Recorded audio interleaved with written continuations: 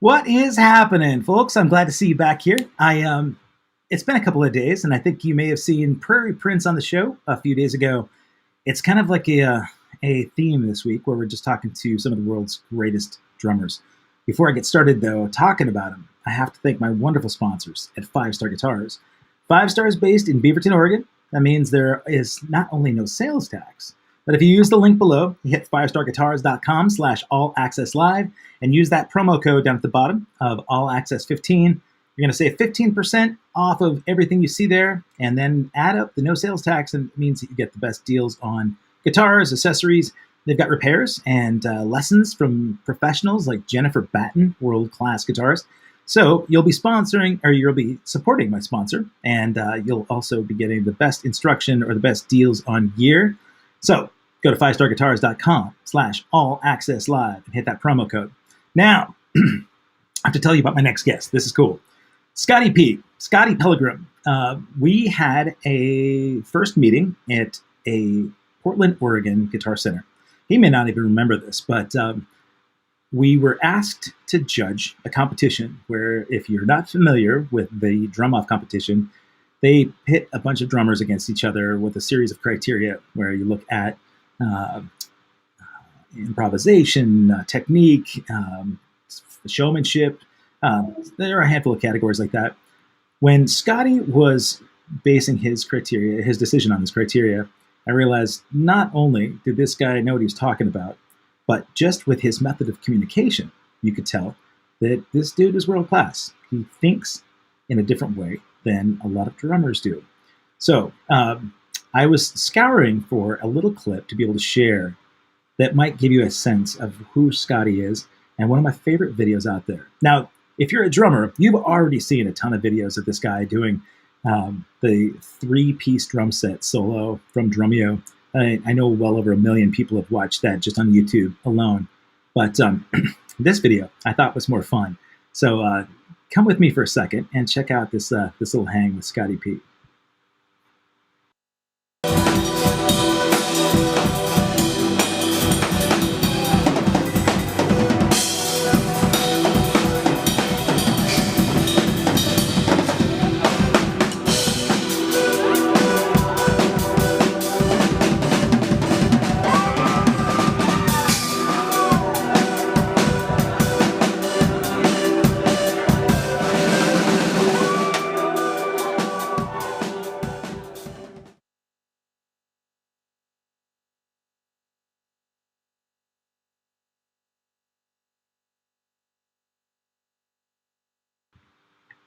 Yeah, that's how it's done. A bunch of drummers out there have known that when you drop a stick, you have a couple of options. You can stop, which is the absolute no-no, or you can do something else to impress the band or impress the crowd.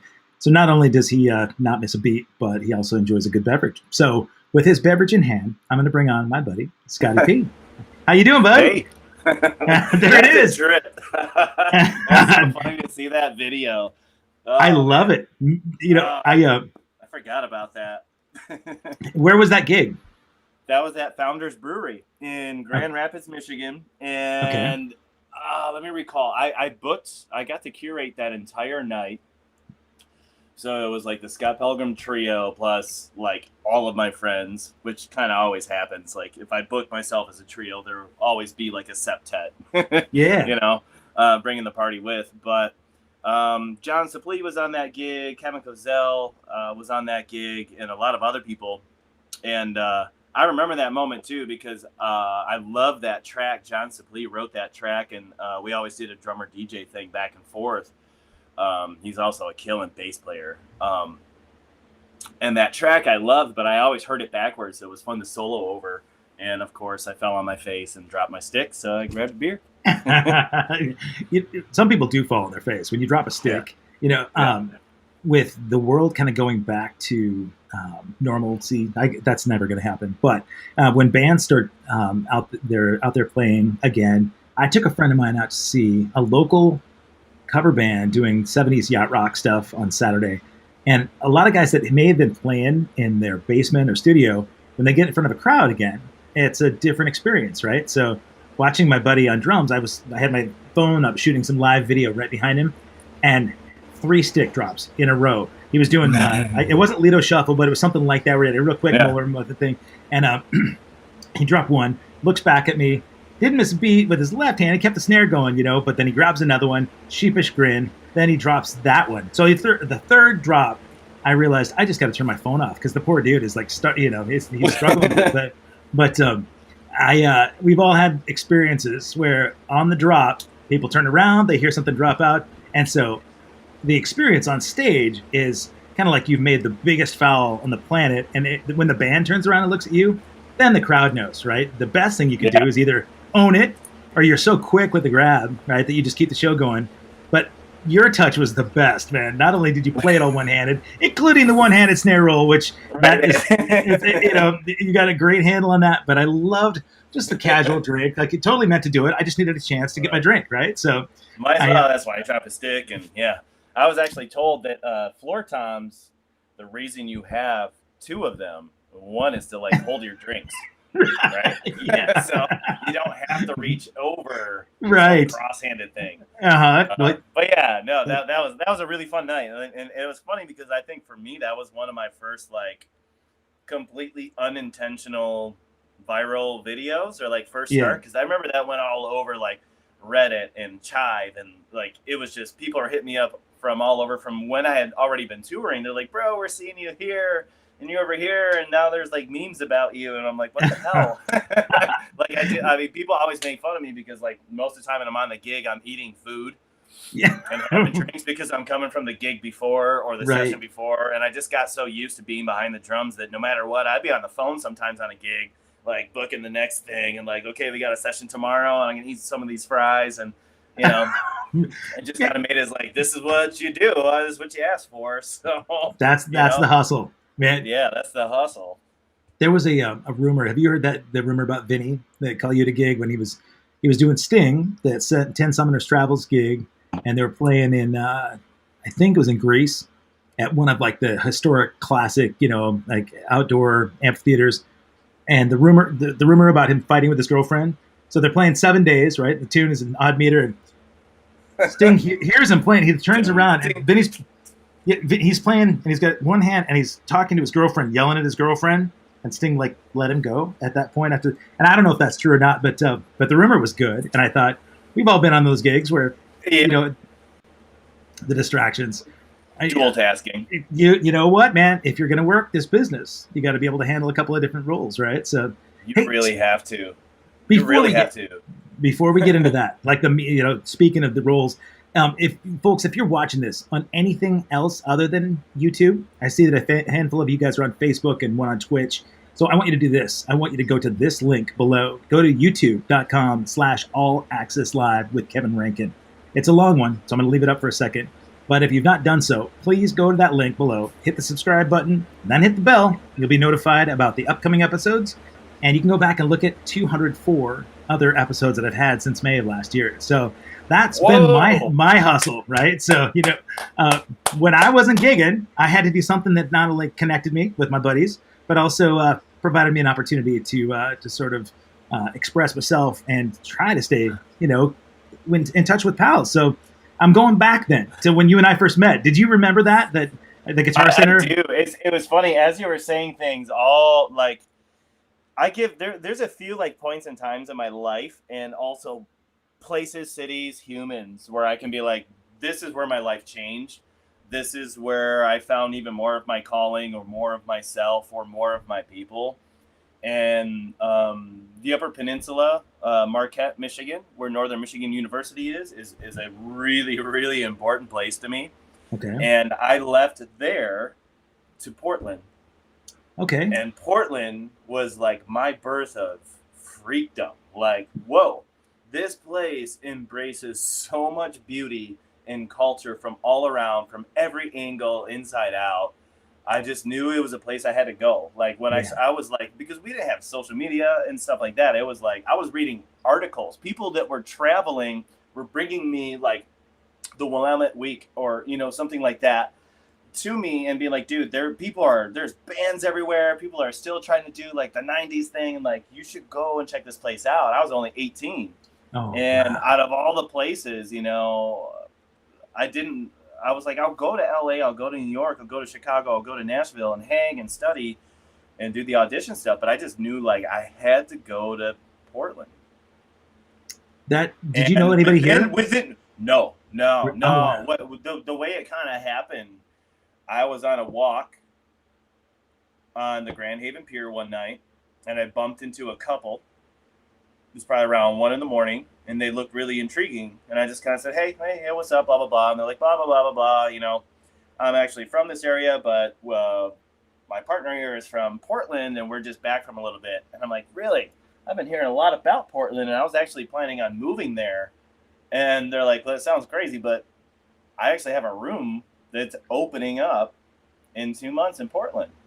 No kidding. And I said, well, let's roll. And that was it. I packed up the car and, tore down the drum kit and threw everything in there. And then one of my best friends was like, hey, if you're rolling, I'm hopping in. And without a map, without a plan, a couple grand maybe total in cash, no cell phone, no GPS, none of that, just rolled. And we cruised through the midst of winter, man. I'm talking, This is January, driving, and we went up through the UP, all the way through Wisconsin. We derailed into Minnesota, Wisconsin for a bit, and then kind of made it over through like Dakotas. Took this 2-week long venture, and then finally made it. And we made it to our magical, place in Portland where it was 5 dudes living in a 2-bedroom apartment. Oh my god! Yeah, man, that's living. Those are dues paying right there. That was it. That was 18. That was the beginning. 18, 19, yeah. Okay. Having come from Montana, some of that Arctic wasteland that you drove through on the way here, I too came out in January. That was my first visit to Portland, and I had a friend that was moving out. So it was 40 below when I left Bozeman, Montana, in the first or second week of January, and I helped my buddy move out. By the time we got to the Columbia Gorge, it was unseasonably warm for January. It was like 60 degrees. Rainbows, leprechauns, all of it. Yeah. In the dark. Yeah. I was a couple years married at that point, and I just called my wife from Portland. I said, look, this is normally something we make a decision about, but I'm in love. I love this place. We're moving. And it's interesting though, because I want to get into what you talked about, how important and profound Portland was for you, and then what drew you away. So let's talk about what changes happened when you got to Portland that made you recognize, okay, this is going to be a big impact on me. Man, it was one of those things because it was weird because I had already been gigging. I started, I think, teaching, actually. It was just ridiculous to even say this, but I started teaching when I was probably about 11 or 12. Wow. And I started gigging about that time too. And I was full on professional at like 15, 16. And as long as I was able to keep my grades up, I could stay out and play the clubs till 3 a.m. And then I'd have to come home, sleep 2 hours. I'd get up. I would do student council, 0 hour. And then I would do jazz band, which is 0 hour. And then I would start my day. Wow. So that, the grind, my parents taught me to get on the grind right away. Like, if you're going to do this music and arts thing, no matter what, you still got to show up to school. You can show up, and you have to do your gig, and you have to pay your bills. You gotta be your manager, as we kind of touched on bass, right? We'll get back to this on all the hats that you have to wear. Yeah. But when I got to Portland, it was a little weird because there was more of the liquor control laws there, where if you're not 21, you're not in this joint at all. And I was like, dude, I've been literally drinking beer at 16 in the bar, making a living, and now you're telling me I can't even get into the bar after 9 p.m. So I had to start playing coffee shops. I started busking on the street. I did a bunch of bucket drumming. I would bring down my drum kit and just play underneath the Burnside Bridge for hours and hours and hours. And I would meet people, and then someone would be like, hey, we're doing a jam. And then I'd be a hippie and just roll up and go to their place. And then I'd end up somewhere else. And before I knew it, a career started to kind of carve out. And I knew that I had to teach, and I had to do teaching the drumline stuff and running the jazz bands with high schools and stuff here and there as a subcontractor. So I did that. But what brought me to Portland is that there was this fearlessness to just not give a flying fuck. Yeah. It was it was so you just can't out weird me. it got to the point. I remember this is literally a comment that why I almost moved. The day I realized I saw a dozen nudist bicyclists Mm. going down Hawthorne, and it Yeah. did not faze me one bit. Yeah. I knew that it was time for me to go somewhere else. Because I was like, I think I've like hit the norm here. What Yeah. is it like outside of here? Like what is it like in Austin? Yeah. What it would be like to live in Nashville. I moved to Nashville after Portland, You actually, did. of Okay. all places. Yeah. Yeah.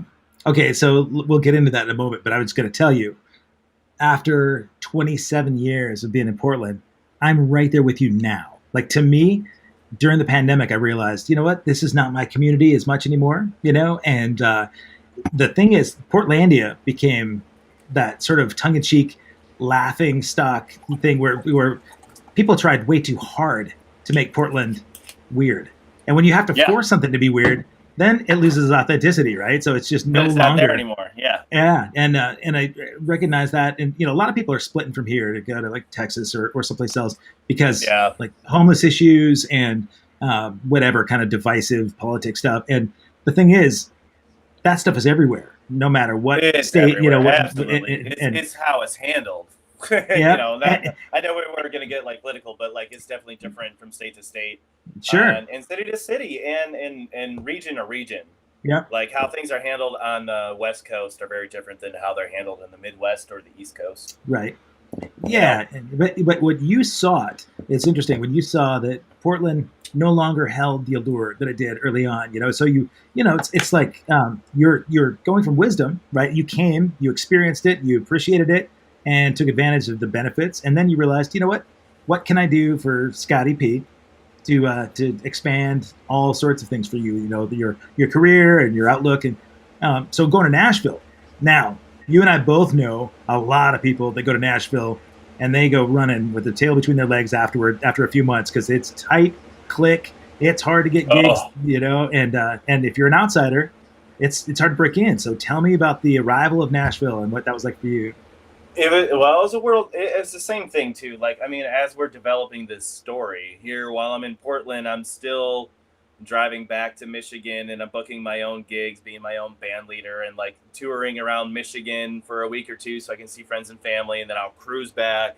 And then I'd get on, I did some hits with Patrick Lamb out there. I remember I played with this great saxophonist who was like taught me the best hustle, Noah Peterson, Oh who yeah, was out there. Man, he had a great hustle. That dude, I got to give him a big hug one of these days, next time I see him. But I learned so much on so many different levels because, I mean, for me, I'm a fucking student, and that's what I am. yeah, I'm always a student.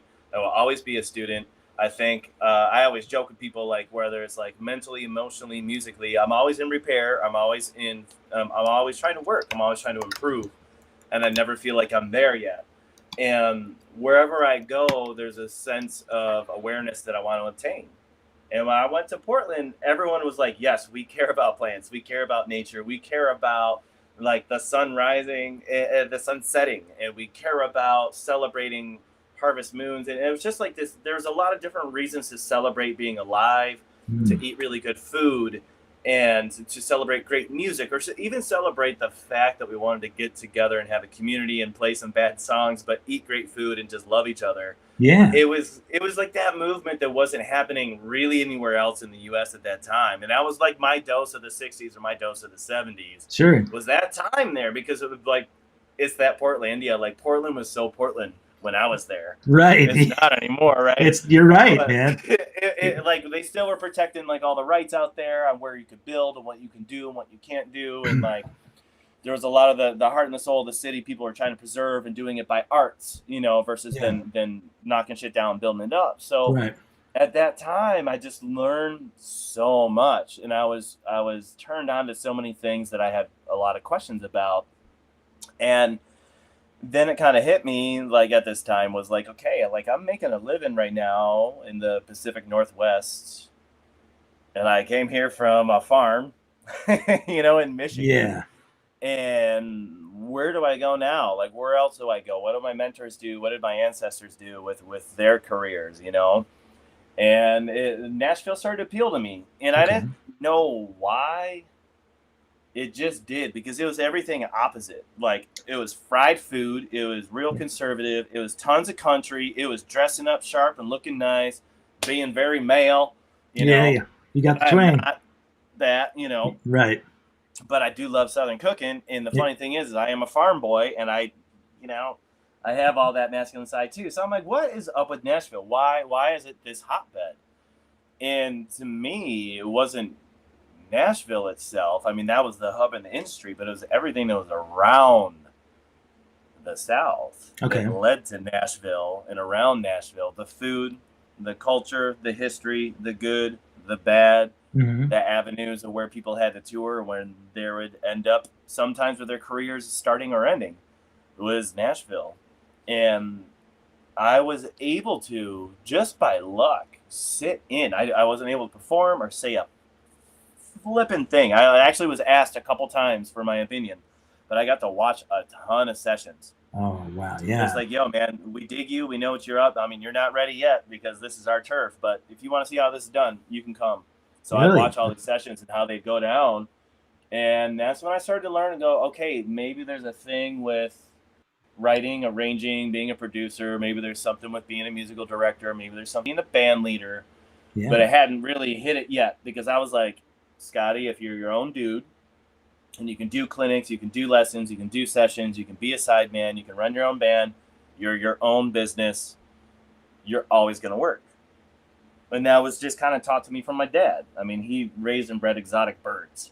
Oh, what the hell is that, right? Well, you know? but he understood So, the like, hustle. He knows how to. he knows the hustle. And I was raised that way because he was home. He was a speech therapist before that, and then I mean, it led to us having tortoises, miniature goats. I had a pet, Nelly, my miniature goat. That was my first baby. We had monkeys.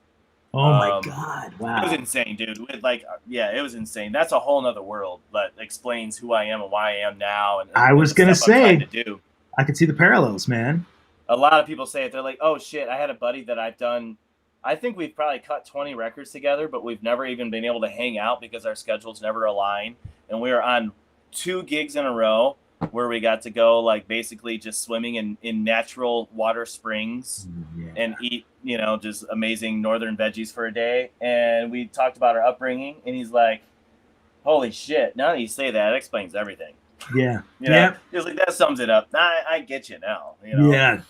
Because of that upbringing and being a little monkey and being a little experimental, like fearless. I don't care, when it comes to that. That's what nature taught, but we'll get there later. Okay. But so anyways, like Nashville, I saw like the hub was there, Summer NAMM was there. Percussion Art Society had a hub there, and they were doing conventions in and out of there, rotating with Indianapolis. So I knew like the scene was there. I knew that maybe it was studio work, maybe I wanted to write songs, or maybe I was going to be a drummer backing up a country singer. Mm-hmm. Because at that time, what I really liked is that Nashville was 7 to 9 hours away from my hometown and from my mother and my family. So I could always zip up here. I was a couple hours away from Atlanta. I could zip right down to Florida and the Gulf and have all the residency gigs on the shores, winter long, right? So you can stay busy, keep your chops up, keep working, and get your vitamin D, work on that tan, And so Nashville was just like, I felt, again, it wasn't like I was moving there like, hey, I'm going to take over Nashville. It was, again, the student mind and saying, shit, this is where a huge part of the magic of the entire world has happened. So what's this all about? So I was like, I went to Nashville University and got my ass kicked, and it was awesome. Yeah.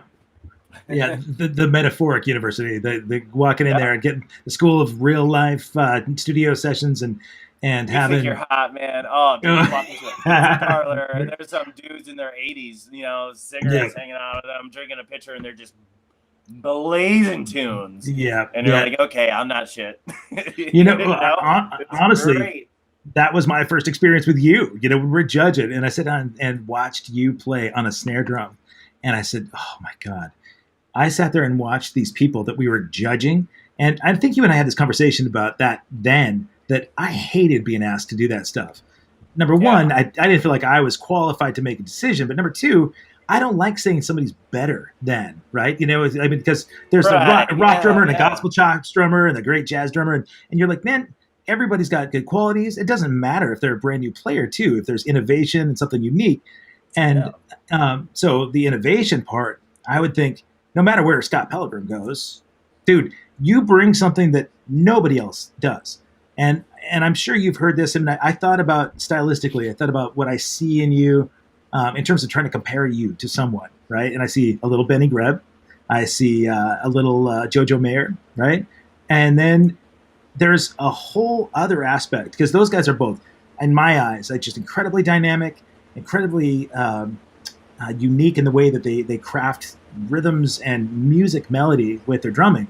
But you take it a step further, where I think it seems to me when I watch you play, so much is improvised, and I'm just wondering, yeah, 99.9%. I just like when it comes to the drumming world, yeah, it's improvised or nothing, baby. That's just what I do. Like you're watching me figure shit out in the moment, and I feel that's the best way I can educate or entertain, or edutainment, yeah. so to Well, speak. you call Like yourself watch me fail. it, Watch me fail in the moment. Cool, do it. I'll go for it for you. that reckless abandon. You talked about being fearless. I think as a drummer educator, you've probably had so many students that panic on, when they get on stage or when they have to do a drum solo, when they're put on the spot and brain freeze, right? All of a sudden, everything that they were taught goes out the door, their hands stiffen up, their grip tightens up, and all of a sudden, everything that looked natural in their basement goes completely the opposite direction because they haven't been exposed to it, right? And the way that, to do that is to thrust yourself out there and Yep. warts and all, man, and get your ass kicked in places like Nashville University, right? Where you walk on stage at the LA. Bluebird Cafe. Woo! Man, You walk I mean, let's just talk. Hold on, let's go back though. Let's just talk about Okay. Portland from when I was there. Yep. Reinhardt Mills. Oh, Brian yeah. Foxworthy. Yeah. Brian Foxworthy. Foxworth. Yep. Candlelight. Yep. Mel Brown. Yeah. Alan Jones, who was a great mentor for me. He was one of my biggest mentors ever, I think, in life for a very, very small and shortened period of time. Someone who changed my life was Alan Jones. How so? He was the first person I think that ever reached out to me saying, like, I see your potential. I see your heart and soul. I see where you can be. And here's some things you really need to consider in life and as a person and spiritually and musically. And he was the first person and said, okay, so you can play all that shit. Sing me a melody right now. And I was so red in the face, I wouldn't sing to him. Yeah. And he's like, basically, I don't even know if he remembers this. Like I used to, my favorite moments as I'm having wine here, I would go to his farm and we would sit around a fire and we used to have a bottle of wine and he would tell me about all of his tours, his lessons, recordings, writing times, what it was like to be a jazz musician. Because he was one of those people to me, especially at that time, who really was a jazz musician, a jazz artist, and full vessel. Yeah. There's not a lot. I mean, we got like Tim Franchek and Keith Hall.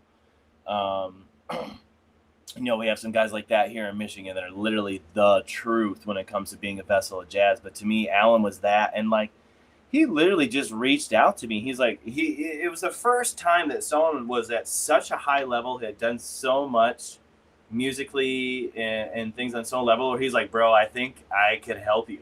Like, I see where you could go, and I want to see where that goes. He didn't hinder me. He didn't put me down. He didn't make me start like sight reading a whole bunch of shit that's gonna make me like cry. Yeah. He was like, well, you need to learn to transcribe. You need to learn to do this. The number one thing, and it's part of like one of the books I'm working on, is like play from where you procreate. Play from your center of gravity. Yeah. That's heart, soul, and spirit, right? Yeah, man, it was all right there. And when he said that was like, oh, so basically you're given the rules right now for no fucks given. Yeah. And once that hit, I said, how can I do that in an appropriate way? Because you can't have a no fucks given attitude because you'll get fired. Yeah. Right? But you need to have a no fucks given of like, yo, I'm willing to make mistakes. I'm willing to let you tell me exactly what you want me to do. You can tell me what's wrong and I'll fix it. Like, that's the no fucks given. And you have the no fucks given to like jump off a cliff and musically and just see what happens. And he was the first guy that did that. So, you know, like flash forward way now, like almost 40 years old, Scotty, I'm singing, I'm playing piano, Really? I'm working on playing bass, I'm producing, I'm writing, I'm starting my own artist residency and studio, Wow. you know, in the beginning of next year. And like, I'm producing artists now. Like, people come and stay with me sometimes for a couple of weeks, sometimes a couple months, and I cook and feed them, and we garden and we write music, and we do that, and that's it. And either they do it with me or they do it with someone else. But the whole thing is that my purpose partially is to be a vessel to just get people to go out and do their thing, whether it's with me or not. So I want to be kind of the seed planter, you know, and that's part of what my life is right now, you know.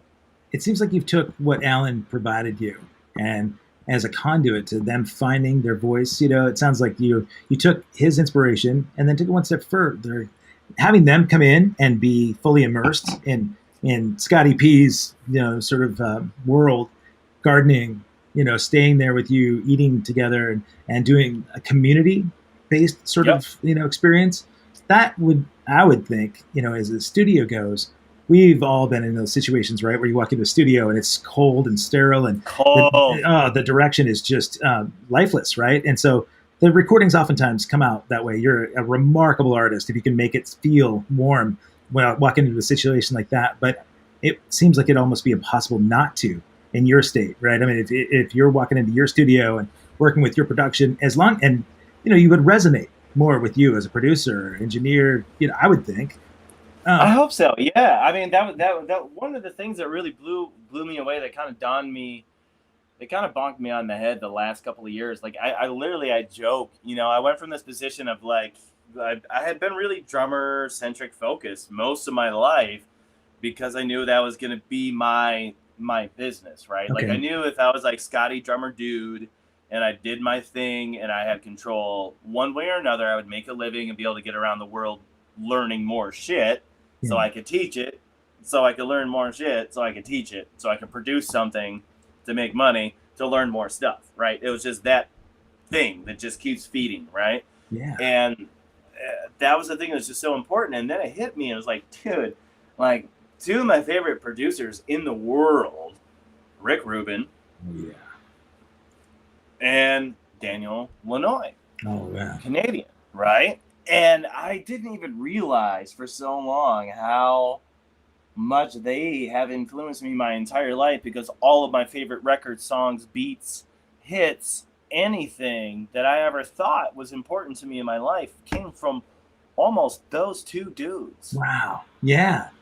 You know, you talked about mentors earlier. You talked about following mentors to Nashville and what your mentors did before and what Alan gave you for advice.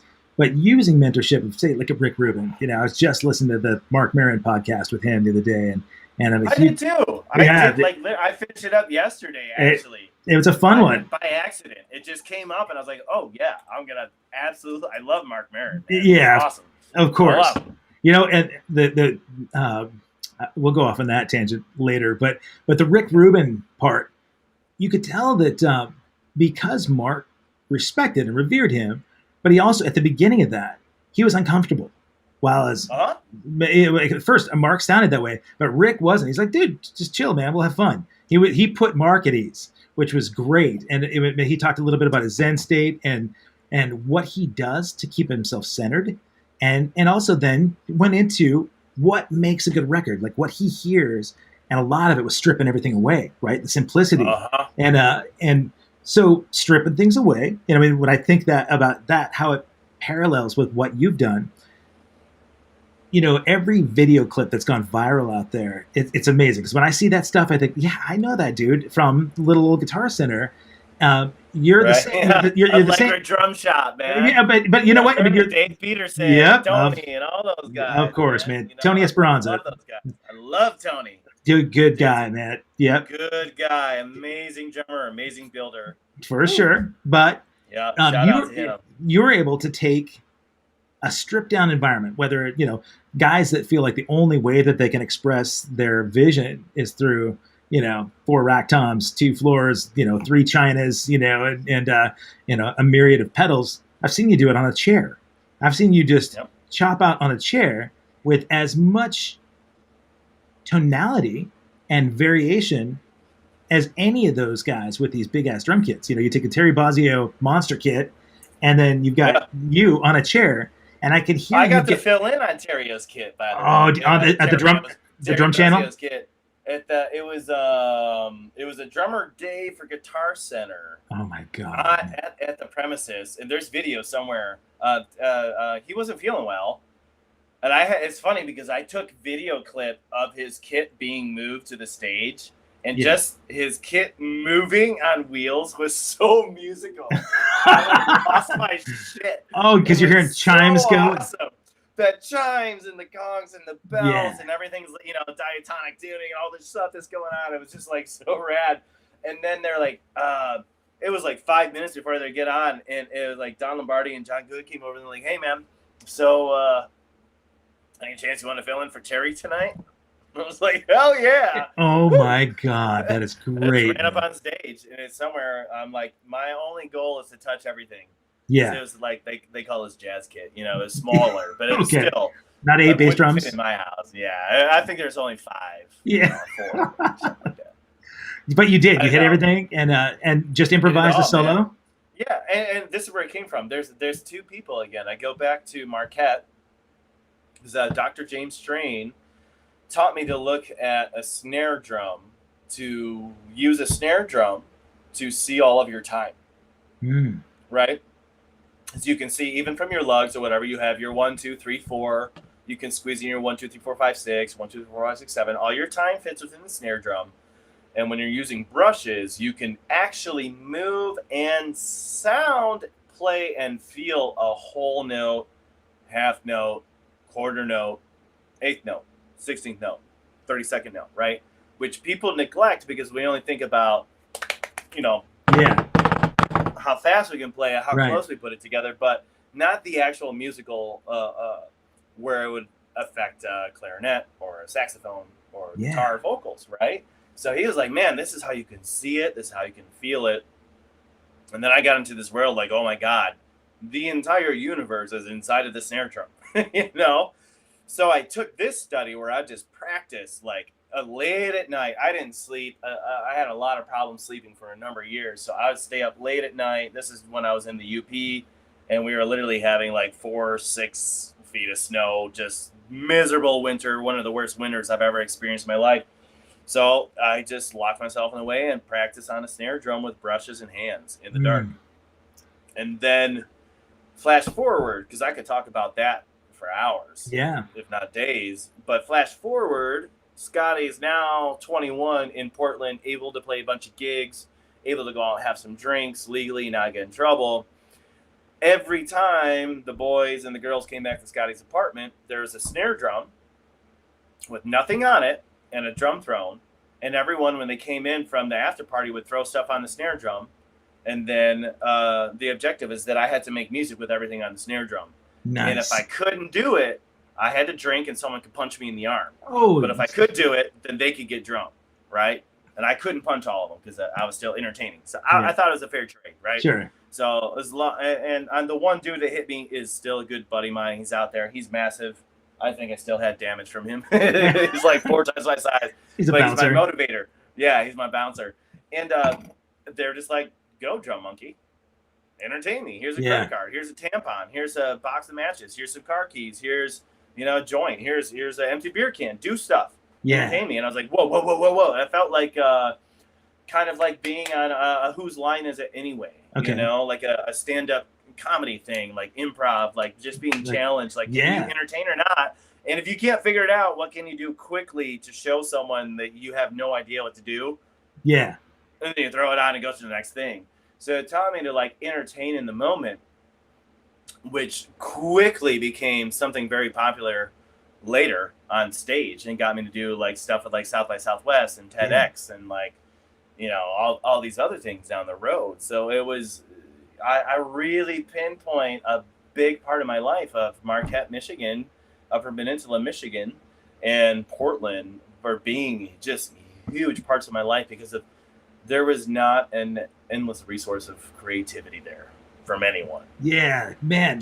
Even your bartenders, even your, right. I mean, everybody is fucking creative out there. Well, you know, and that's the thing is most of the bartenders are also, you know, like struggling musicians or artists, right? I mean, so like everybody that has a straight job is also, you know, not everybody, but of course, I would think that the per capita, Portland had a lot more of that, you know, because you think about like LA, people go out to be an actor, so they get a job waiting tables or parking cars, right? Yeah. But Portland, it's not that people came to Portland to be successful in a creative career.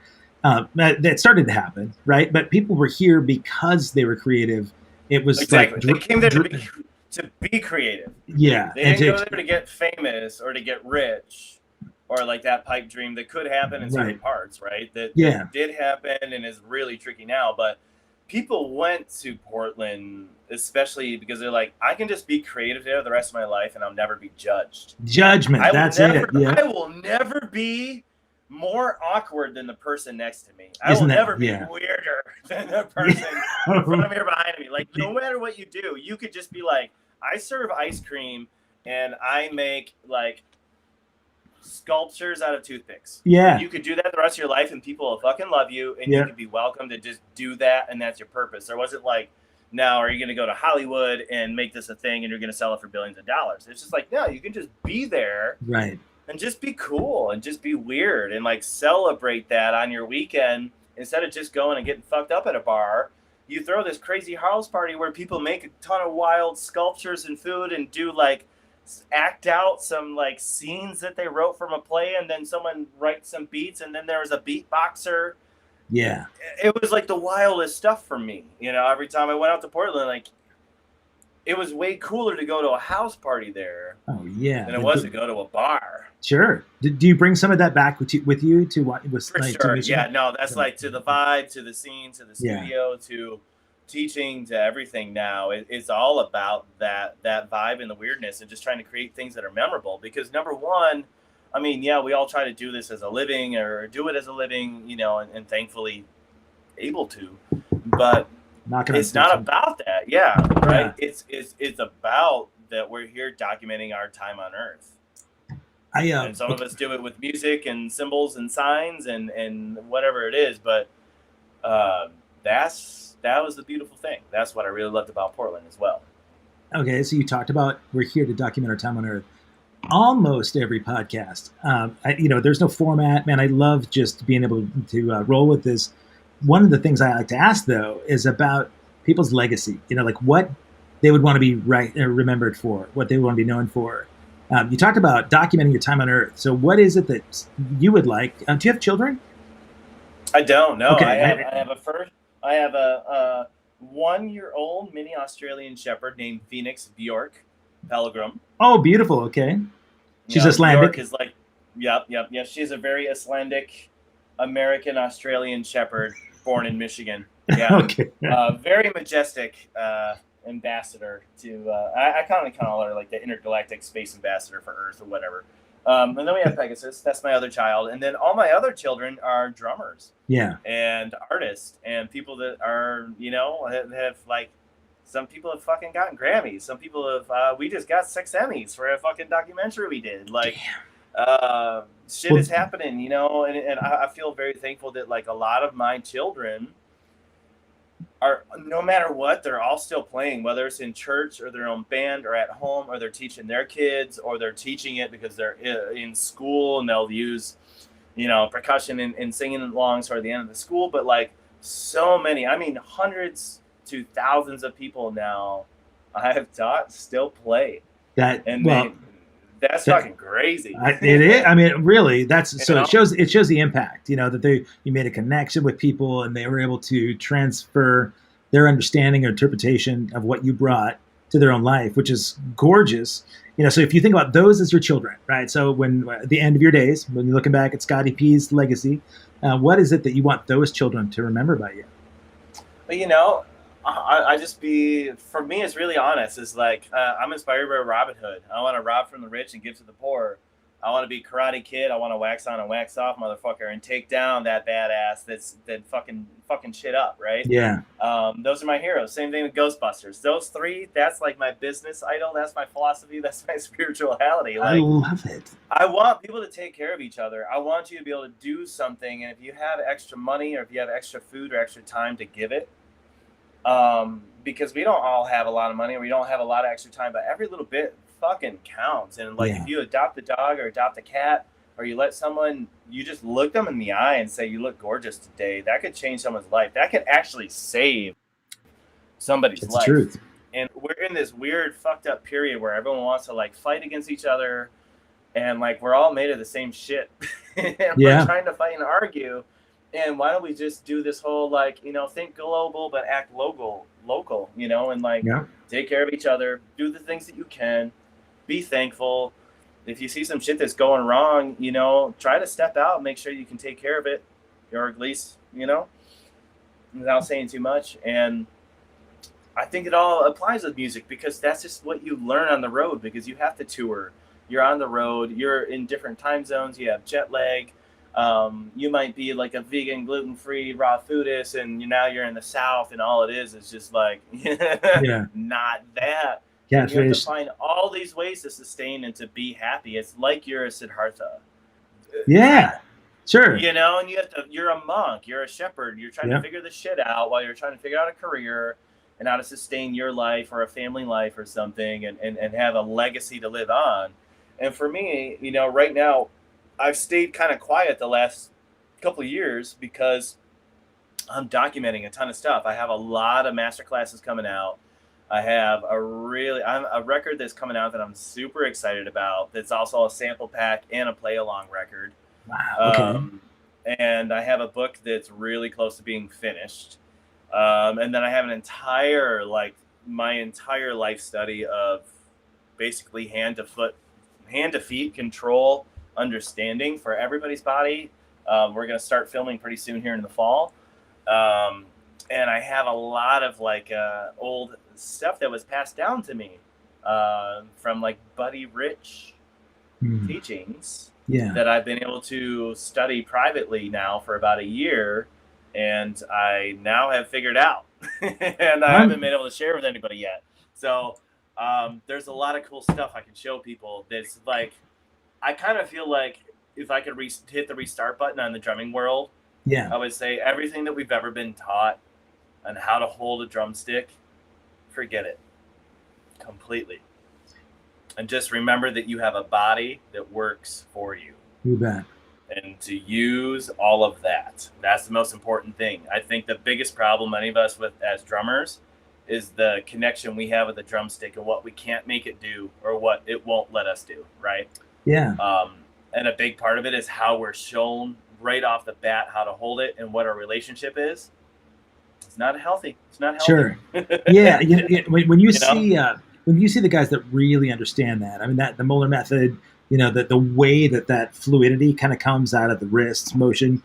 And this is not for you non-drummers, there is a connection here because that motion, when you watch a band and you watch a drummer on stage, a lot of times people that are not musicians, they don't know why they like or dislike that drummer. They'll watch.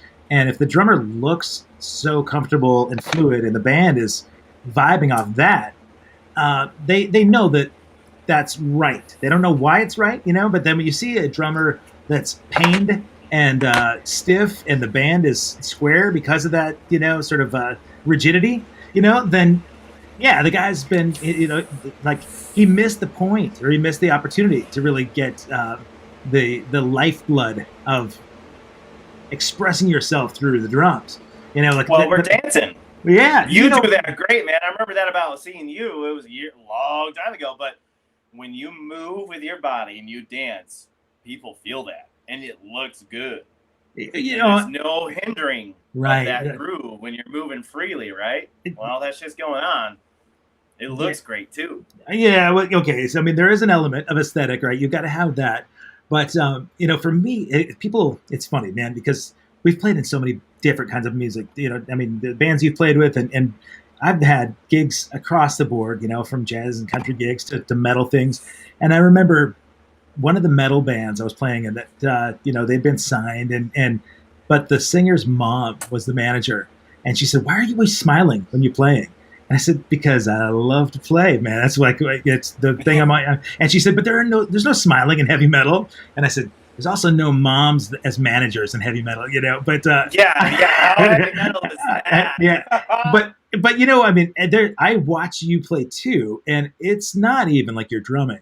It's like talking to you now is like watching you play drums or watching you eat food or like walk the dog. I mean, it just it really there's nothing forced. It's so effortless. And we talked just before we went live about I asked you about like all those solos. Whenever you look online, there's a million viral videos of you soloing, but nothing's contrived.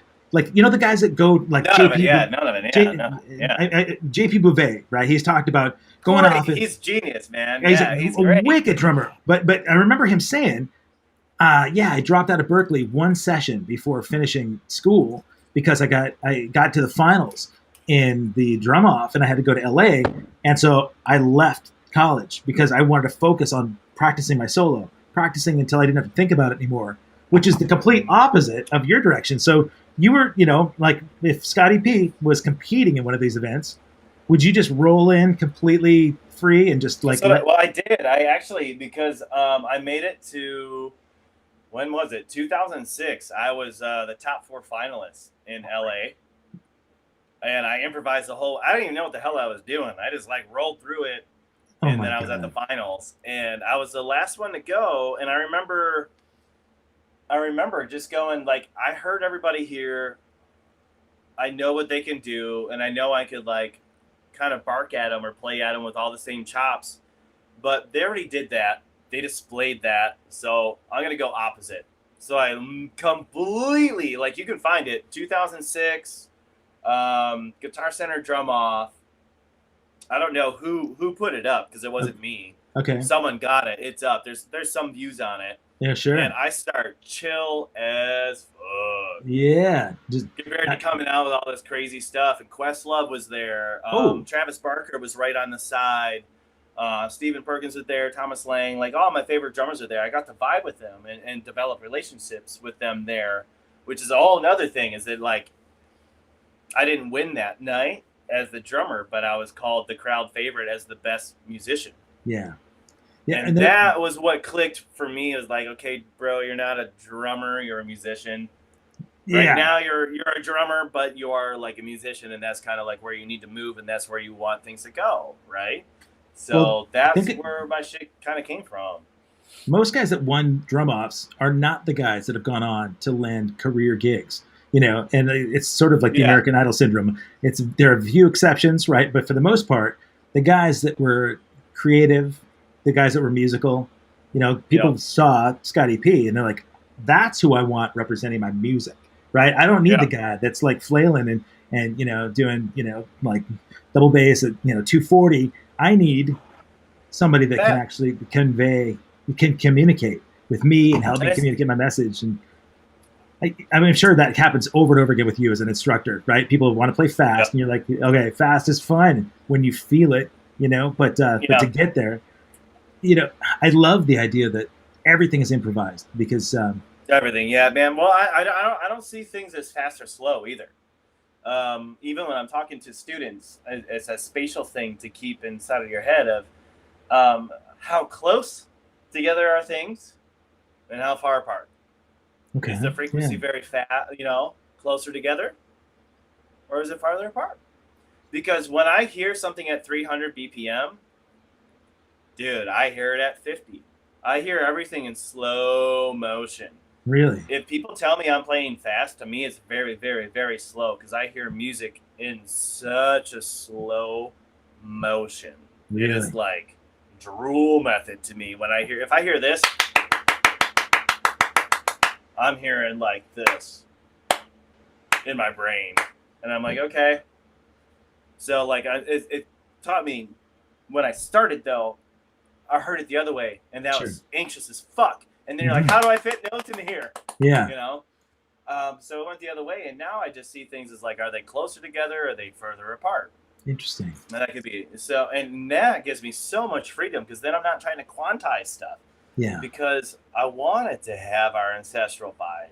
I'm not a computer. I'm not a 30-second note grid or a 16-note grid. I'm a human. I have one foot bigger than the other. I have one leg longer than the other, and that's how my music is going to sound. You know, like that's how I'm grid. I'm not a robot. So that was kind of the other thing too, that I like to hear with music and to promote that with people. Like, you are who you are, so let that shit shine. You know. So as you're communicating your message and you're talking about your children, you know, students, people that come to you, you're helping them find their voice. They're not becoming Scotty P clones, right? So yeah, I don't want them to do that. I'm like, if you want to sound like me, just like drink a bottle of whiskey and fall down the stairs. Like, you'll be fine. You know, it's the same thing. Like, but like, fine. Take what are your tasks? How do you think? You know, like one thing I connect with Neil Peart is like he was a survivalist and like to prepare. And I was raised that way, and I love to fish and forage. I was raised hunting and fishing, although I don't hunt. But I love to be prepared. I love to know that I can cook a meal at any time, or that I could, like, you know, scale a building. And that preparedness is the same approach I have to music. I could prepare literally. I mean, I'll transcribe notes. I had a Mercedes camper van that I lived out of, and I would be at a music festival playing with like 9 artists that weekend, having to learn a different set, 5 different sets each day, completely different genres. And I'd have to just go in and just like buckle on, hammer out what is the set, get on stage, do it, come back. Okay, now I'm doing singer-songwriter, like bluegrassy type stuff. Let's put that hat on. And like that was my favorite. That's my favorite stuff. Yeah. And when you're just ready to go. Not like, oh, that's not my thing, or I'm not cool with that. Just like, all right, let's do it. Yeah. Let's see if we can make it happen. Can we make this ship float? Yeah. Or can we sink the damn thing? I don't care. Let's find out. Who do you listen to when you got downtime? Who do you listen to that inspires you? Well, I listen to Mark Maron. I listen to Leo Sidran, Third Story. Okay. I listen to a lot of podcasts. I look to Bach, Mozart, Chopin, Eric Satie. And then I'll go into Esborn Svensson Trio, EST Trio, stuff like that. I'm always into Robert Glasper, Brad Mehldau. But then it's like, oh, Tupac, Biggie, fucking Tribe Called Quest, like all the time. That's always on, or Beastie Boys. I've been studying a lot of opera lately for singing purposes and classical studies. So I listen to everything. But at the same time, like I wake up in the morning, I pray, I meditate, I do my yoga. My dogs and I will communicate without any like verbalage going on. And then we go hike, and I go barefoot, usually in my fucking underwear or my swimsuit, you know, work on my tan, and we'll do that for an hour or so. And then I'll come back and garden and prep up some really good food for later to eat. And I don't allow myself to eat till about noon to 2 o'clock. Okay. And then that's how I get into my groove, is how I stay hungry and I stay motivated. If I'm full in the belly, I'm not motivated. Complacent, you know, I mean, like talk about people that are complacent or satisfied, or they rather than being driven, because you had to learn the grind, you had to hustle early on. I'm just trying to put myself back in Scotty P's shoes. You know, his dad raised you on the farm, right? To learn the grind. Rituals. You just mentioned all these rituals that are a daily practice for you.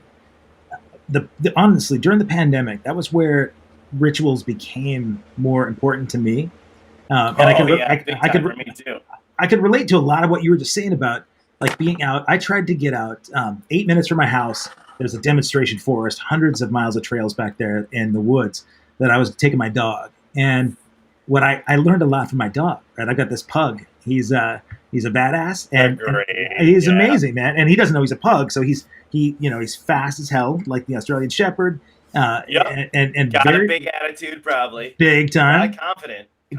Oh yeah. What I love though is that he's so mindful. Dogs are so mindful, right? They're just present, and so they're not thinking about what happened yesterday. They're not thinking about what's going on in the world of politics or COVID or, bills that they have to pay or anything else other than the squirrel that's up in the tree, the smells that they're getting, that they experience the heat or the temperature differently. And as I watch those things, and it helps me with perspective, and so you talked about prayer, meditation, sort of monitoring or measuring when you eat and being mindful of those things. I mean, mindfulness really changes my drumming and I think everything else in my life. And I know it's kind of a cliche like buzzword right now. It's true though. It mindfulness is just awareness. Not even mindfulness, just awareness. Yeah. Right? Yeah. Of being aware that you're in a space or you're doing a thing or you are contributing breath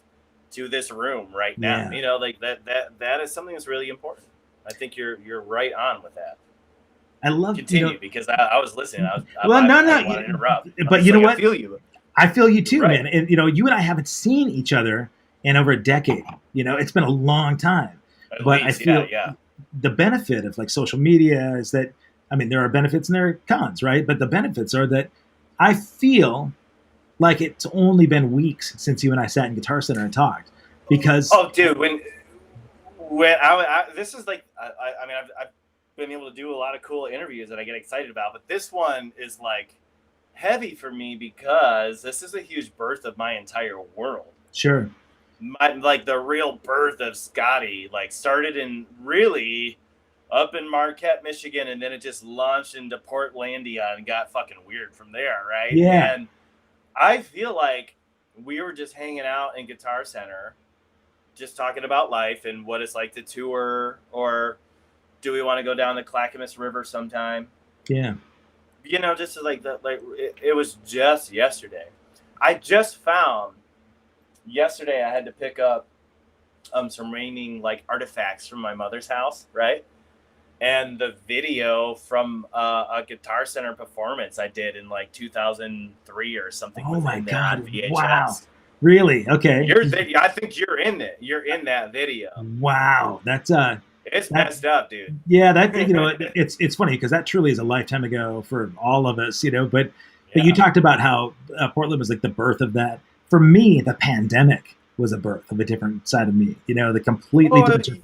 Yeah, that's a whole other conversation for sure. Yeah. What did it do for you though? Well, as I said at the beginning, right, I've had over 200 episodes of the show, and I did it not with the intention of having a podcast where I was going to have interviews and, get on the coattails of Marin or Howard Stern or any of those kind of things, or Joe Rogan. I was needing connection. Our guitarist was stuck in Toronto. He lives up in Toronto. Our singer's in Liverpool, bass player's in San Diego. So we did a Facebook Live conversation where he's saying, man, this pandemic might go on for 2 or 3 months, right? What are we going to do? And a bunch of people weighed in, right? Like hundreds of people are chiming in, talking about, oh, we can't wait to see you guys play. And you guys should do X, Y, or Z. Jennifer Batten reached out to me. And when you and I met, I think I just started playing with her here in Portland. She moved. And she saw that. And she said, I watched how disarming you were, how engaged you were in the conversation, that you responded to people that were chatting, but you were thoughtful in the way that you guys talked. And she said, you could turn that into something that, could be a new avenue for you. I didn't think about it as like a monetization thing, other than I knew that I could connect with a lot of my friends that I hadn't seen in a while, or that I wouldn't see for a while, and get deeper than the superficial stuff that you and I might say. If you and I were to run into each other at a gig, we might get 5 or 10 minutes where you and I could catch up and hang, right? But if you and I, but if we're on a gig together and we got an hour and a half between sound check and the gig, odds are very good that you and I are sitting in a couch somewhere, shooting the breeze and getting this conversation. We're talking about with kids, a hat, being a dork, kids, dogs, fishing, trap. Yeah, because that's real life, right? And for me, you asked what it did for me. I went through a whole myriad of self-discovery, man. I found that I turned 50 during that time, and during that time, I recognized that a whole bunch of shit that I was quote unquote a victim. Blamed other people for stuff. I realized that I was certainly a big part of all of those things. So I found accountability. I was able to quiet my mind enough to recognize that cleaning up my side of the street was something I needed to do. And Wow. for growth, for life changer, and in the podcast world, with all these conversations, it's been drummers. I've had like some amazing drummers like you, but like Todd Zuckerman and Aronoff, and all the way to great actors and actresses and people, visionaries, life Yeah. coaches, and but the people that were struggling, I took a tiny bit of every one of their struggles, and I couldn't help but absorb it. And I kind of cracked in October when I was turning 50. I took all the weight of that, and it forced me to have to look at like my boundaries and look at what my control freak side, where I felt like I had to Yeah. fix everything and control everything, and being able to let go of stuff, and but still be able to relate to people and communicate and emotionally connect, right? So I know this sounds like pie in the sky, but what it did for me was it strengthened the bond I had with my relationships, especially like me and my kids. And I have two grown sons and ex-wife. We're best friends. Where a lot of people have a real struggle, right, with the past Hmm. relationships where they just hate each other. Yep. And every day though, I have to go out in the woods. I have to do it. Because I find peace Hmm. there with my dog. Yep. And people will see those that I hack Facebook, right? So I every day I try to go out and I get 60 seconds of serenity, and I post a little live video, because the one thing I could say about Zuckerberg's algorithm is that this time next year, and it comes back around 365 days from now, if life is not so zen, I can look at that and say, all right, man, remember where you were this day. You were under Hmm. that waterfall, or you were standing You outside, had that. Yep. and so 60 seconds is nothing, right? And you can find 60 seconds of peace no matter where you are. In the biggest chaotic part of New York City, down, in Lower East Side, man, with construction going on, you can find a Zen spot for 60 seconds, And so as we get back to the world and you're traveling, right? When you're gigging, how can you take your rituals with you if you're on a hectic travel schedule? I've kind of changed it. The last year changed everything for me Yeah, because most of my life I've traveled overseas as a soloist, which is nice because all the backline is there. I don't have to yeah, deal with any like management, tour management, anything like that. I show up, someone picks me up, and then we hit the road. We yeah, go. Um, but my diets, basically, my entire diet has changed. Mentally, physically, spiritually, sexually, everything yeah. is been more regulated because I want to be careful about what energy I'm taking in and what I'm putting out. Okay. And it's funny because I'm shopping probably within a few weeks. I'm gonna have a 21 to a 23-foot micro lights, little like mini Winnie, Class C Yep. RV or something similar. And while instead of having to fly back and forth to California, I'm just gonna drive there and I'll work there for a while and film. Then I'll zip up to Oregon and do the Washington thing and maybe go see Drumeo crew and do that stuff and then come back home. And I'm just gonna tour with my pups on my Yeah. own because I want my own food, I want my tea, I want my own coffee, I want my own space. I want to be able to write, arrange, record. I want to be able to eat, pray, love, meditate type of thing. Yeah. Because I need my space and my sanctuary. And I learned how to say no and fuck you a Mm, lot last yeah. year, which has been like two of the most powerful and affirming things I've ever had.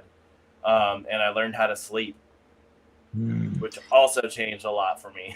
Okay. Okay. So you what know, did you do? What did you do? Because I too, I'm a non-sleeper, but maybe for different reasons. Like I always felt like there's just too much to do, right? I'll sleep, That's as what you do. yeah. But how did you change your life so that sleeping became more natural for you? Well, it's complicated now because like the gig season and festivals and weddings and all that are coming back, so my schedule's a little effed up.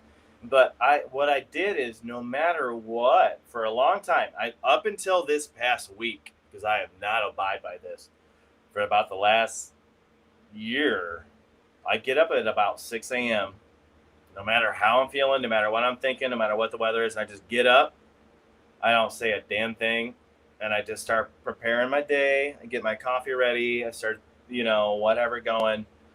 And before I know it, it's like 10 a.m. and I have a whole bunch of shit done. I've already practiced, already read it, already exercised, already went through a bunch of ear training, already sang a bunch of stuff. And I'm like, damn, I guess I could like go back to sleep for an hour because I don't have anything to do until noon, you know? So I've learned to like kind of force myself a bit because I have to have some type of schedule and things to wake up to and to go to sleep to or look forward to, you know? So I have to kind of give myself that carrot to wag in front of me. And if I get up early, for the most part, then I know at some point in the day I might nap, or I'll just go so hard that like once I know my day is done, there's nothing I can do other than unconditionally sleep. And that's like the best feeling. When you're like, I could not give today any more shit, any more harder, I am done. Right. That's like the best feeling. I think that's better than like a check for 10 grand or anything, man. That feeling of like you just fucking did today. No moments wasted. No moments wasted. That's like a feeling. And that's that Zen feeling. Yeah. You know, I can sleep in that, no problem. Okay. But, you know, so I keep myself busy because with last year, it was the first time I've been home in 20 years. Yeah. I've always lived by myself away from someone and traveling solo and being overseas and not knowing what's going on, or like, oh yeah, I'm going to be home. And then they're like, oh, by the way, can you do China for 3 weeks? And I'm like, yeah, I'll leave tomorrow. Yeah. Let's go do this thing last minute. And then I was like, no, I get it. Like, I love my gardening. I love my cooking. I love making everything from scratch. I love having my dogs every day. The longest I go is 18 hours without them versus 3 weeks or 6 weeks, you know? So that's why I'm doing the motorhome thing. I'm like, I'll tour as a clinician, educator, masterclasses with the motorhome. My drummer DJ project can go that way. My trio can travel that way. And the trio featuring instrumentalists can tour that way.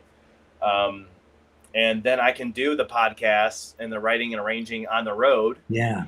And then go see my friends and go to Denver and go to Steamboat, go to Austin, go to Portland, you know, go to Spokane and do that stuff. So this last year definitely opened up my world because going into it, I was someone who was like basically getting married quickly and getting divorced, not knowingly, breaking his leg and all this stuff, thinking he's only a drummer, and then coming out of it like a music producer and access to Emmys and this whole new world, right?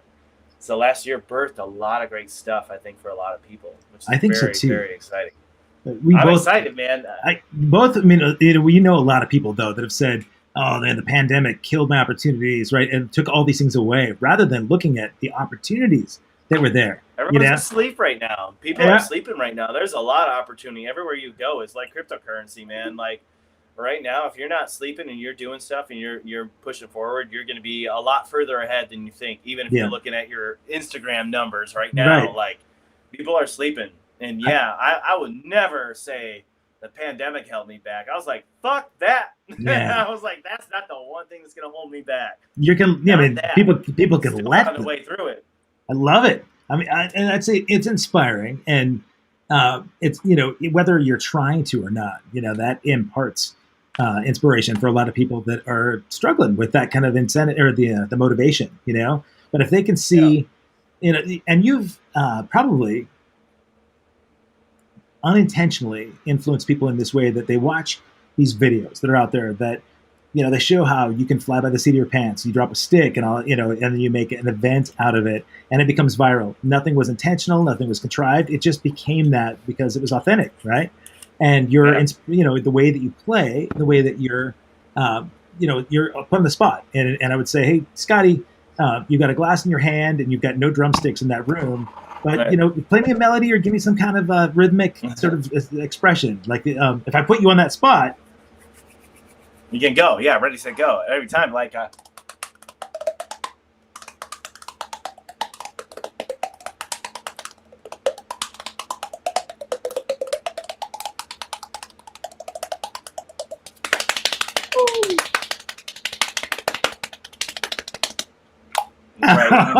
whatever you got around right here. That is I love it, man. That, you know, I was thinking that's another reason you have to drive around the Sprinter, because if you're on an airplane doing that behind somebody, you're getting kicked off, you know. But they get livered. Yeah, that's why I got to be able to. I got to work like my open clothes and shit while I'm driving, right? And that left hand God, Still, man. I want to be like Buddy one day.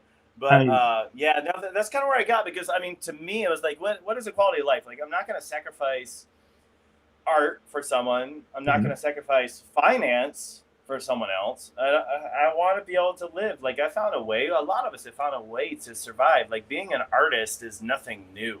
right. When you think about, are you going to be rich and famous and be worth billions of dollars? Well, that's a fucking crapshoot, and that's something different. But like, fucking between artists, prostitutes, and chefs, man, bartenders. What else you got? We've been around a long time. That's We're not right. going anywhere, and that's our thing, right? And to be able to like create that lifestyle of like, well, if I'm going to tour, I'm going to do it on my rules. I'm going to bring my dogs, and I'm going to have all my own food. I'm going to cook all my own food. I want to set up and tear down my drums. You know, I want that intention. I want that moment. I want that zen, because I may not have that the next day. I may not be alive the next day. So I want to live that moment. So that's where I'm at now, is like being able to like live and tour and perform with intention around the world, trying to meet up with those people that I really intend to want to meet up with, so we can collaborate. And I figured, if they can't come to me, which eventually everyone will be able to come to me and hang out for weeks or months at a time. But until then, I'll just come to you, and I'll hop on 4 wheels and bring my drums and my beats and my dogs, and, you know, head your way. I love it, man. You and I have more in common in that way than you know. I've been researching sprinters and conversions for quite a while as well. And it's my obsession, dude. Yeah, I don't sleep at night sometimes because of that. I fall asleep watching van life like video. RV Trader open. Yeah. Like I'm a porn addict, but it's RV Trader. Like, it's bad, man. It's bad. All my screenshots are like ass ends of like, you know, class A's and class C's and shit. Like, what can store more gear in the trunk? Anybody hacking into your phone is not going to be too impressed with that. You're like, what's this guy all about? But I do like to ask people about their guilty pleasures, though. You know, so from what we've interpreted from Scotty P so far is that you're on the go all the time, but you're self-driven, right? You're somebody that's practicing or learning every day. If there's a moment every day about it, you know, people that think they know Scotty P, what would they be surprised to find out about? Oh shit, probably a lot of things. Yeah. But like I literally, like, I'm that type of dude where you could walk into a room and I would be staring at a wall, and I could stare at that wall for 8 hours, and I would be content. I'm happy. I'm thinking, like, if I'm here, if I'm kicking and I still have some, not even control over my limbs, because I got to experience losing control of my limbs over the past couple of years and stuff, and what that meant to me and what that meant to my personality. Well, I broke my ankle and got 23 screws and 7 plates like put in to my ankle, and I wasn't able to walk or use that for 9 months, and I had to play backwards. I still toured. It was saving my mom's dog from getting hit by a car. Wow. So it was worthy. Yep. And Zumi is like my homegirl now. We're tight. So I only had 3 limbs. And then at that same time, though, I lived on a 2nd-story apartment. It was my right leg, so I couldn't use my bass drum. I couldn't drive a car. I could not walk. I was not allowed to go up and down stairs by myself. Anything I had to do, I had to call someone to help me. So I had to ask permission to get coffee. I had to ask permission to get a ride to the recording studio to track for a client. Like, I had to literally just ask for help. Yeah. And I've never had to do that, and I don't like that at all. Yeah, that's tough. And I was like put that position where I had like a backpack on, had to figure out life that way. And that was challenging. And it's not even bad. I don't want to make it sound like I'm bitching. It was just like, for your ego, I had to learn to be like, yo, you got to ask for help. And you have to have a team, and you have to let people know if you're hurting. You have to let people know if you're down, if you don't understand something. That's okay. Yeah. What's not okay is going on and on and on, not communicating any of those things. I'm going to have to put this up here because this is something I didn't plan on, but I talk about this a lot. There may be somebody out there right now that is that person that's stifling the stuff that for some reason pride is not allowing you to ask for help, not allowing you to talk to someone or your friends because somehow you feel like it's a sign of weakness. It's not. And, you know, if you're wanting to talk to somebody anonymously, hit the phone number below. Substance Abuse and Mental Health Services Administration crisis line is it's there for a reason. It's 24 hours a day, and I know that it's helped folks out on this show in the past, and it's certainly been something that I feel like is important in my life. Mental health, like there's a reason they call it health, right?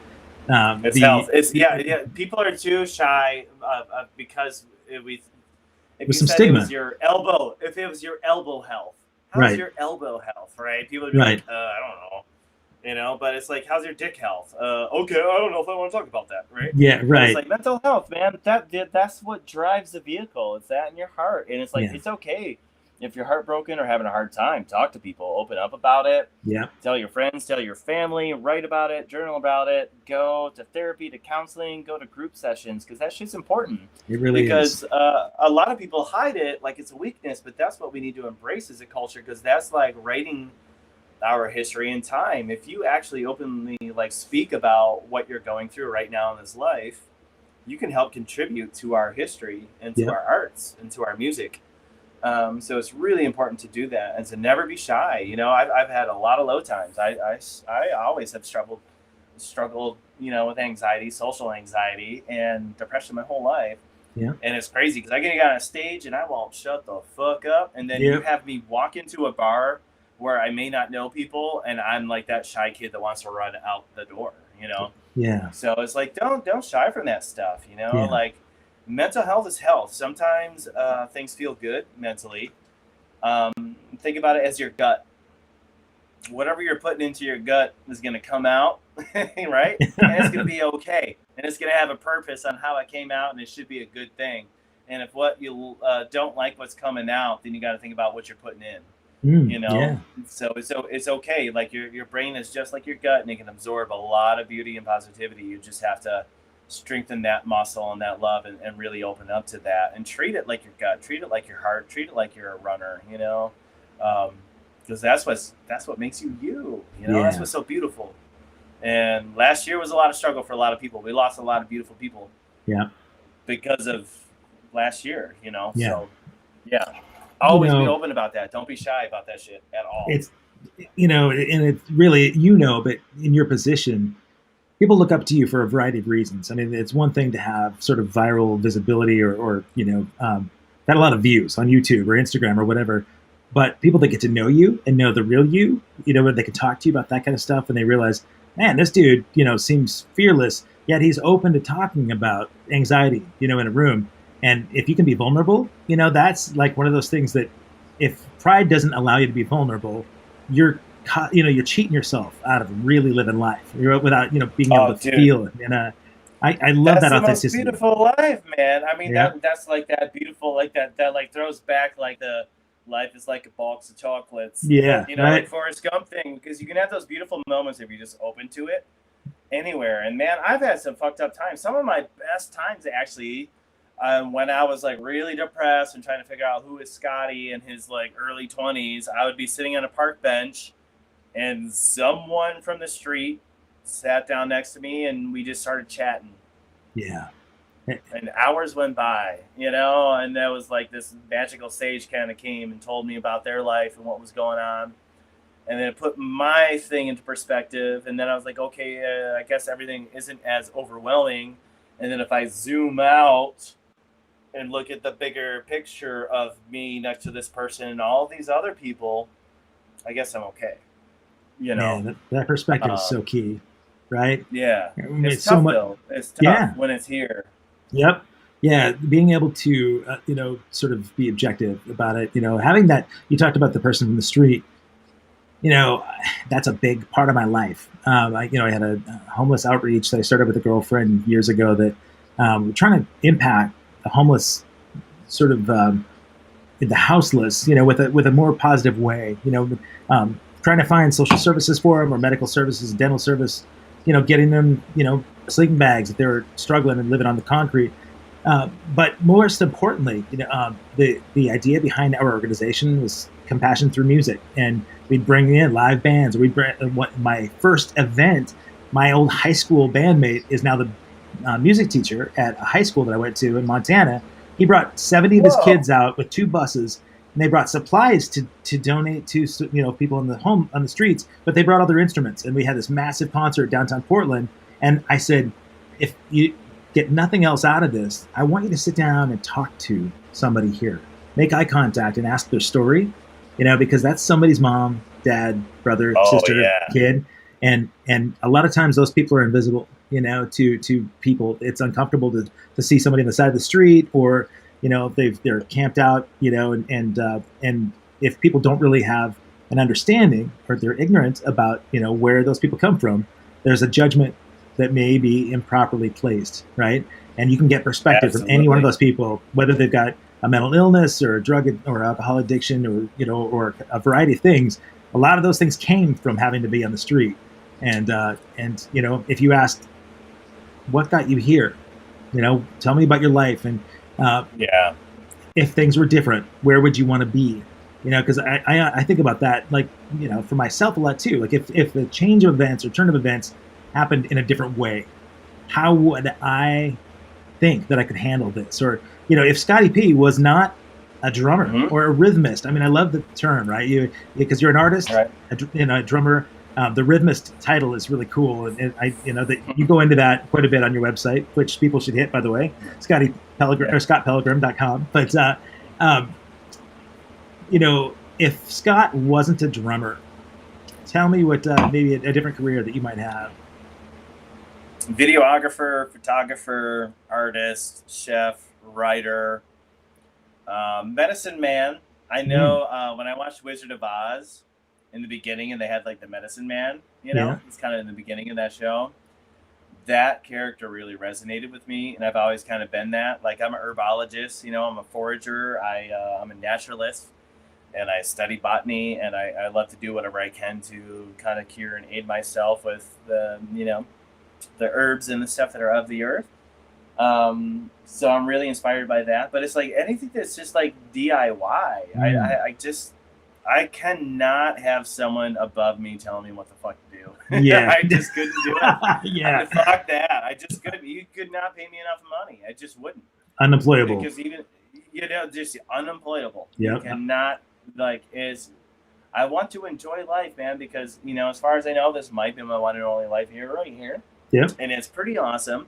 There's amazing people. There's amazing food, and so much to see.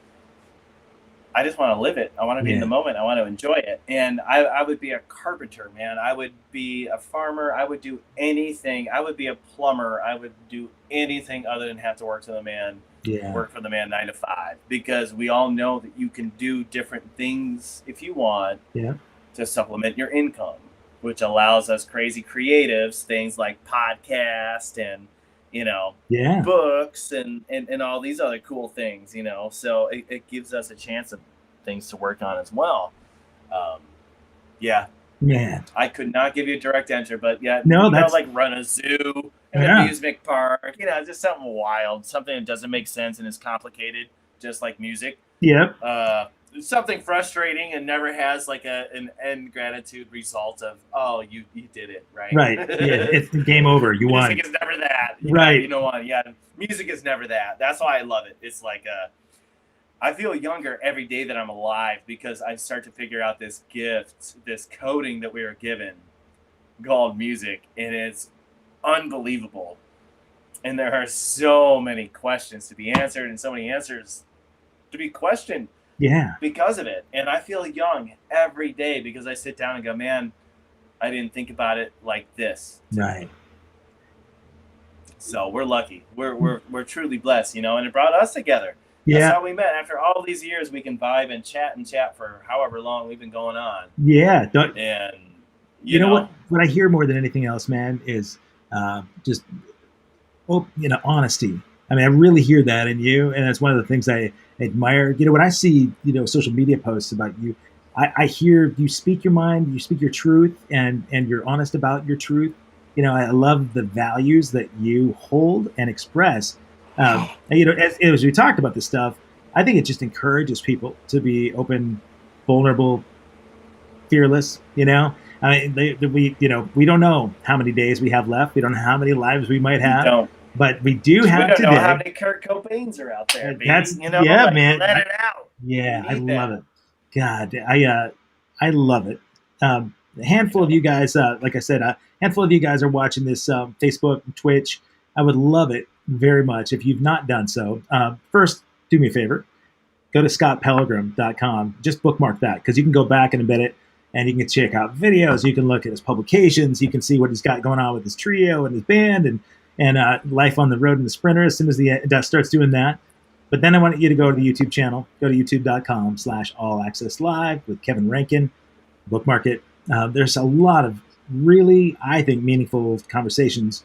But for me, it's just selfish, man. I love getting to catch back up with you. And at some point, dude, this is your gift, bro.